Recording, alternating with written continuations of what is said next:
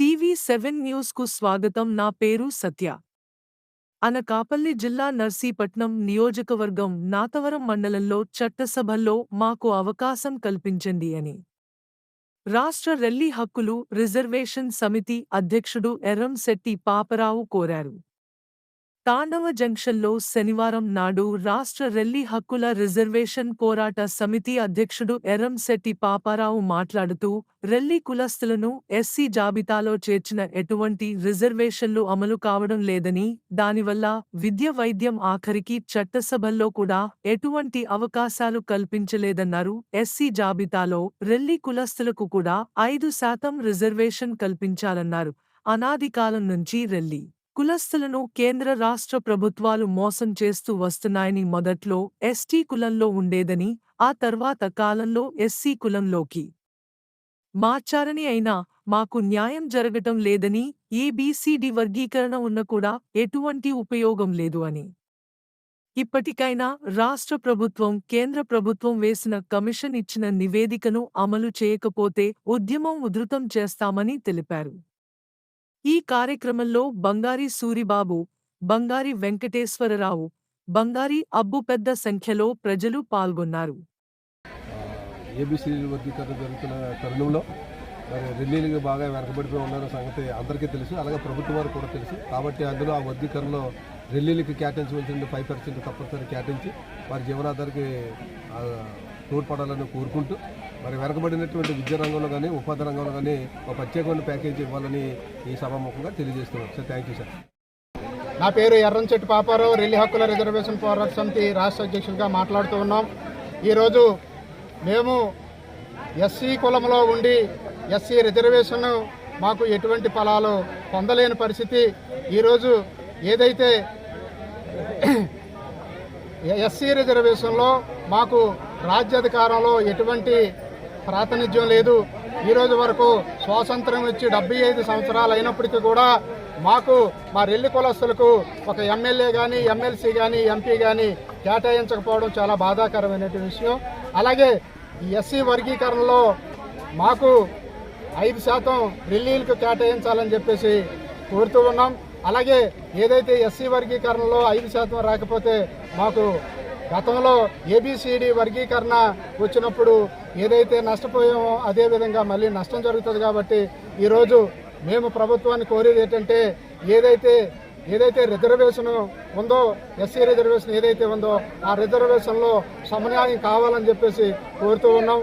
సమన్యాయం జరగాలి అంటే వర్గీకరణ ఒకటే మాకు సరైన మార్గం. ఆ వర్గీకరణలో కూడా 5% పెంచకపోతే మేము మళ్ళీ యథావిధిగానే అట్టడుగున పడే పరిస్థితి ఉంది. కాబట్టి మేము కోరేది ఏంటంటే, ఏదైతే రాష్ట్ర ప్రభుత్వం ఉందో కేంద్ర ప్రభుత్వం కానీ మా రెల్లీలకు ప్రత్యేక ప్రాతినిధ్యం కల్పించాలి.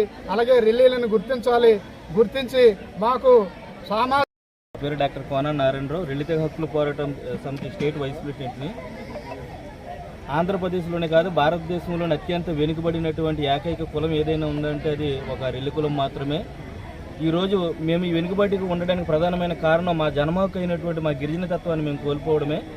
సో ప్రభుత్వాలు ఎస్సీ వర్గీకరణ చేపడుతుంది. ఎస్సీ వర్గీకరణ చేసినప్పటికీ కూడా మా జన్మ హక్కు మాకు ఇవ్వాలని చెప్పేసి ఈ సందర్భంగా మేము ప్రభుత్వాన్ని డిమాండ్ చేస్తున్నాము. అదేవిధంగా 2017 సంవత్సరంలో కేంద్ర ప్రభుత్వం ఇచ్చినటువంటి నేషనల్ ఎస్సీ ఎస్టీ కమిషన్ రిపోర్ట్స్ని కూడా ఆంధ్రప్రదేశ్లో ఇంప్లిమెంటేషన్ చేయాలని ఈ సందర్భంగా డిమాండ్ చేస్తున్నాము. అదేవిధంగా ఆంధ్రప్రదేశ్లో రెల్లీలందరూ కూడా జెనెటికల్గా ఎత్తు తక్కువగా ఉంటారు. కాబట్టి ఆ ఎత్తుని గిరిజనులతో సమానంగా పోలీసు ఉద్యోగాలలో మాకు అర్హత కల్పించవలసిందిగా ఈ సందర్భంగా మేము రెల్లి విద్యార్థులందరి తరపున కూడా డిమాండ్ చేస్తున్నాము. అదేవిధంగా మరి మా బాధని గోడిని ఈ సమాజానికి కానీ లేదా చట్టసభల ముందు కానీ వెలిపించుకోవాలంటే రాజకీయ ప్రాధాన్యత లేదు. దాన్ని మమ్మల్ని కేవలం ఓటు బ్యాంకాన్ని మాత్రమే ఈ ప్రభుత్వాలు చూస్తున్నాయి, రాజకీయ పార్టీలు చూస్తున్నాయి. కాబట్టి రాబోయే రాజకీయ పార్టీలు గుణపాఠం కావాలంటే ఖచ్చితంగా మాకు ఎమ్మెల్సీ కానీ లేదంటే ఒక కార్పొరేషన్లో చైర్మన్గా కానీ లేదంటే ఇప్పటికైనా సరే ప్రభుత్వాలు ఇంకా టికెట్లు కేటాయించలేదు కాబట్టి ఎమ్మెల్యే కానీ ఎంపీ సీట్లు కానీ కేటాయించి రెల్లీలకు చట్టసభల్లో తగిన ప్రాధాన్యత ఇవ్వాలని చెప్పి ఈ సందర్భంగా రెల్లి విద్యార్థులందరి తరపున కూడా మేము డిమాండ్ చేస్తున్నాము. రెల్లి హక్కుల పోరాట సమితి గౌరవ అధ్యక్షుడిని. మరి ముఖ్యంగా ఇప్పుడు రాష్ట్ర వ్యాప్తంగా మరి గత 75 సంవత్సరాల నుంచి కూడా రెల్లీలకి అన్ని రంగాల్లో రాజకీయంగా మరి విద్యాపరంగా ఉద్యోగపరంగా కూడా చాలా అన్యాయం జరుగుతుంది. మరి మాకు న్యాయం జరగాలంటే రానున్న మరి ఎన్నికల్లో మా రెల్లీలకి ప్రత్యేకించి మరి ఎమ్మెల్యే ఎంపీ స్థానాలు కేటాయించి లేదా ఎమ్మెల్సీ అయినా కేటాయించి మా రెల్లీల అభివృద్ధికి తోడ్పడవలసిందిగా మిమ్మల్ని ప్రభుత్వాన్ని కోరుతున్నాం. అలాగే మా రెల్లి విద్యార్థుల కోసం ప్రత్యేకించి రెల్లి ఆశ్రమ పాఠశాలలు నెలకొల్పి మరి విద్యాపరంగా వెనకబడి ఉన్న మమ్మల్ని అభివృద్ధి పరచాలని కూడా మేము కోరుతూ, అలాగే మరి బంజరు భూమి పంపిణీలో కూడా మాకు చాలా అన్యాయం జరుగుతుంది. మరి మిగతా మరి షెడ్యూల్ కులాల్లో మరి దళితుల్లో మరి దళితులుగా దగాపడ్డ దళితులుగా మరి మిగతా ఉపకులాలకు అధిక ప్రాధాన్యత ఇస్తూ మాకు ప్రాధాన్యత లేకుండా మాకు అన్ని విషయాలు ఇళ్ల పంపిణీలో కానీ మరి బంజరు భూమి పంపిణీలో కూడా అన్యాయం జరుగుతుంది. మరి ఈ యొక్క సమస్యలన్నిటికీ పరిష్కరించడానికి రానున్న కాలంలో రాష్ట్ర వ్యాప్తంగా ఉన్న రెల్లీలందరూ సమీకరించి మరి పోరాటం ద్వారాగా మరి మా హక్కుల కొరకు ఈ కార్యక్రమాన్ని రూపొందించడానికి దీనికి వేదికగా నాతవారం మరి జంక్షన్ మరి బంగారి సూరిబాబు మరి బంగారు అబ్బు వారి నాయకత్వంలో మరి మొట్టమొదటిగా ఇక్కడ ప్రారంభిస్తున్నాం. ఇది రాష్ట్ర వ్యాప్తంగా విస్తరించి రానున్న కాలంలో ఢిల్లీకి ఎవరైతే గుర్తిస్తారో వారినే మేము గుర్తిస్తామని సభ మరి ఈ సందర్భంగా తెలియజేసుకుంటూ మాకు కూడా మేము ఒకటే కోరుతున్నాను. మేము ఇంతవరకు కూడా 75 సంవత్సరాల స్వతంత్ర భారతదేశంలో ఒక్క రెల్లీలు కూడా చట్టసభలో ప్రవేశించే పరిస్థితులు లేవు.